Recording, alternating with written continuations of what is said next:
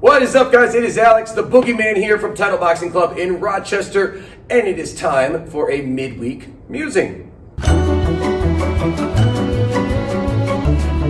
All right, and this week's midweek musing is really going to blow your mind because it's not about boxing, it's about kickboxing. I know I always talk about boxing, but I'm going to mix it up this week. I talk about something in kickboxing, and I'm going to do it because just like the last one where I talked about uppercuts going to the body versus to the head on the bag, this is somewhat controversial. There is a very different school of thought on this that is different from my approach, and I'm going to explain why. So it involves the rear leg round kick in most Muay Thai kickboxing classes that you're going to throw. Now, it actually has nothing to do with the kick itself. It's what do you do with your hands when you throw the kick. So normally, and we're talking about low kicks, kicks to the knees, maybe kicks to the ribs, not anything high to the head. That's a little bit of a different story. So what a lot of people are taught to do, and there's a lot of professional fighters that do it, is chop their rear hand as they throw the rear round kick. So it's my right hand, my right leg. So what they'll do is they'll come out, they'll step, boom, chop that hand out. You get maximum balance, maximum power. You're using this, even that chop can help generate some power in those hips,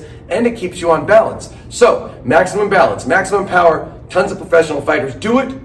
Seems like the obvious choice, right? Well, I'm going to tell you why I disagree. And it's not that they're wrong. Nobody's wrong on this one, but I have a little bit different viewpoint. I believe you should always protect yourself at all times. And if you're going to drop your hands, there better be a really good reason for it. Now, is a low round kick a good enough reason? I'm going to say no, because generally it's easy to spot when someone throws it. You can kind of tell. There are people who are really fast, who have really good range where they can throw it from a distance and then be out of range before you know what's happened. Those people are exceptions though, but for the most part, it's something you could see coming, so I don't think it's worth that risk. So here are 3 things I would rather you do when you throw that rear round kick on the heavy bag, even though the heavy bag's not gonna hit you back. One is nothing, just keep your hands up like normal. So step out, throw the kick, and just cover yourself like you normally would with those hands up.